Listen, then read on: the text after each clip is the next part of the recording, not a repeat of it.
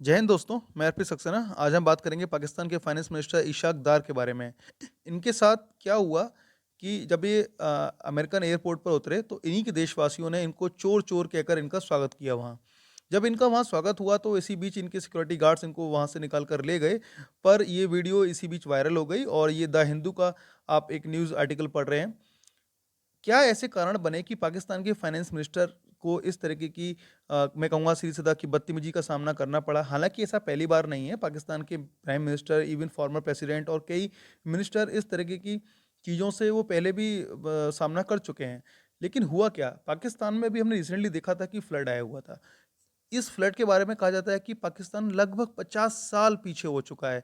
अब हुआ क्या कि जब ये फ्लड था तो इसी बीच वहाँ देखा जा रहा था कि जो पाकिस्तान के कई मिनिस्टर्स, आर्मी ऑफिशियल्स थे वो बहुत ही एक लेविश लाइफ को जी रहे थे और इसके बाद से वहाँ की पाकिस्तान की जनता इनसे परेशान थी।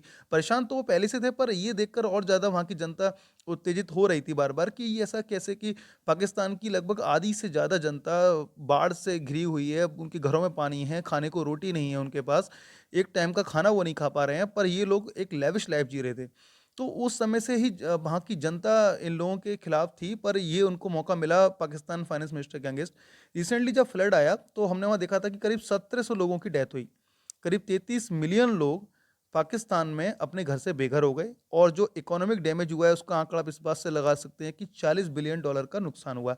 हालाँकि ये पाकिस्तान की इकोनॉमी ऑलरेडी बहुत डाउन है, वो ऑलरेडी वहाँ के प्राइम मिनिस्टर आईएमएफ या कभी कहीं दूसरे प्रेसिडेंट के पास जाकर वो माँग रहे हैं कि कोई उनको कैसे भी डोनेशन या किस तरह का उनको कुछ मिल जाए।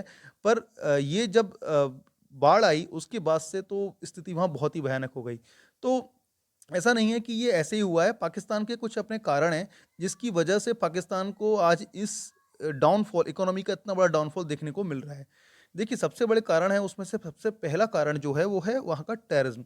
पाकिस्तान के टेररिज़्म के बारे में तो जितना कहा जाए उतना कम कि आज पाकिस्तान ने अपने ही बनाए हुए, अपने ही उपजे एक टेररिज़्म जो कि इन्होंने इंडिया के अगेंस्ट ये टेररिज़्म पैदा किया था, उससे जूझ रहा है। आज वहीं के टेररिस्ट उन्हीं के मॉस्क पर, उन्हीं के देशों प उन्हीं के सिटीज़ पर, उन्हीं के इम्पोर्टेंट जो वीआईपीज़ हैं, उन पर हमला कर रहे हैं। उसके बाद दूसरा कारण है कि पाकिस्तान ने जो एक अननेसेसरीली हॉस्टिलिटी पैदा की इंडिया के अगेंस्ट, वहाँ के लोगों में भी, उसकी कोई ज़रूरत नहीं थी। देखिए, इंडिया की अगर बात करें तो इंडिया वाक़ई में बहुत डेवलप्ड कंट्री है और अभी हम कह सकते हैं कि yes we are developing, but इतना है कि हम एशिया में चाइना के बाद एक एक अच्छी पोज़ीशन रखते हैं और हमारी इकोनॉमी जो कि कई मायनों में देखा जाए तो हम चाइना को अच्छे से बीट कर सकते हैं आने वाले सालों में। तो इस अननेसेसरी हॉस्टिलिटी से हुआ क्या कि पाकिस्तान को एक अच्छा ट्रेड पार्टनर नहीं मिल पाया अभी तक। चाइना को अपना ट्रेड पार्टनर मानता है, पर हम सब जानते हैं कि चाइना किस तरह से पाकिस्तान को यूज़ कर रहा है अपने एजेंडाज़ के लिए। तो पाकिस्तान का चाइना पर एक जो एक डिपेंडेंस है और जिसकी डिपेंडेंस होने से पाकिस्तान आज अपने पैरों पे खड़ा ही नहीं हो पा रहा है, ये भी एक सबसे बड़ा कारण है कि पाकिस्तान की इकोनॉमी पूरी तरह से खत्म हो चुकी है। अगली बात देखते हैं कि कोई भी ग्रोइंग इंडस्ट्री पाकिस्तान में नहीं है। पाकिस्तान में आपको कभी कोई टाटा, अंबानी, बिड़ला या इस तरीके का कोई बड़ा नाम वहाँ नहीं मिलेगा। वहाँ अगर कुछ नाम है भी हैं, तो वो सब लोग यूएसए में जाके सेटल हो चुके हैं, वो या दूसरी और कंट्रीज़ में जाके सेटल हो चुके हैं। पाकिस्तान में कोई रहना नहीं चाह रहा है। उसके बाद पाकिस्तान की एजुकेशन। पाकिस्तान की एजुकेशन इतनी डाउन है कि अगर आप देखें विदेशों में भी तो एशियन कंट्रीज़ में सबसे ज़्यादा जो बड़ी-बड़ी अमेरिकन या बड़ी-बड़ी कंपनीज़ हैं लाइक गूगल, ट्विटर, इन सब पर जो काम कर रहे हैं वो या तो इंडियंस हैं या फिर चाइनीज़ हैं। पाकिस्तानी लोग बहुत कम देखने को मिलते हैं क्योंकि वहाँ का एजुकेशन सिस्टम ऑलरेडी बहुत डिवास्टेड है। उसके बाद पाकिस्तान का ये इतिहास रहा है कि पाकिस्तान ने कभी भी वुमेन्स को एक अच्छी एक मैं कहूँगा कि उनको कभी डेवलप करने के बारे में नहीं सोचा।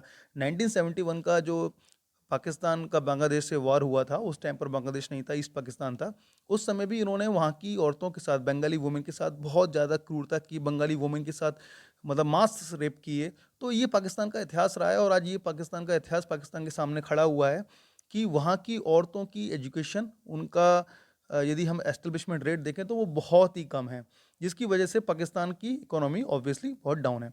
उसके बाद पाकिस्तान के अपने पॉलिटिकल एजेंडाज़, उसका एजेंडा केवल इतना है पाकिस्तान का कि इंडिया को कैसे भी कैप्चर करें, दिल्ली एक दिन हमारा होगा, कश्मीर भी हमारा होगा। तो इस तरीके की बातों से वहाँ की जनता घिरी हुई है कि उनके पास अपने नेताओं से पूछने के लिए समय ही नहीं है कि वो सब तो ठीक है कि एजुकेशन का क्या करोगे, इकोनॉमी का क्या करोगे, कौन-सी बड़ी इंडस्ट्री खड़ी करोगे, कब खड़ी करोगे, तो इसके रिगार्डिंग भी वहाँ की जनता बहुत ज़्यादा अवेयर नहीं है। उसके बाद पाकिस्तान के अपने खुद के डिस्ट्रक्टिव थॉट्स।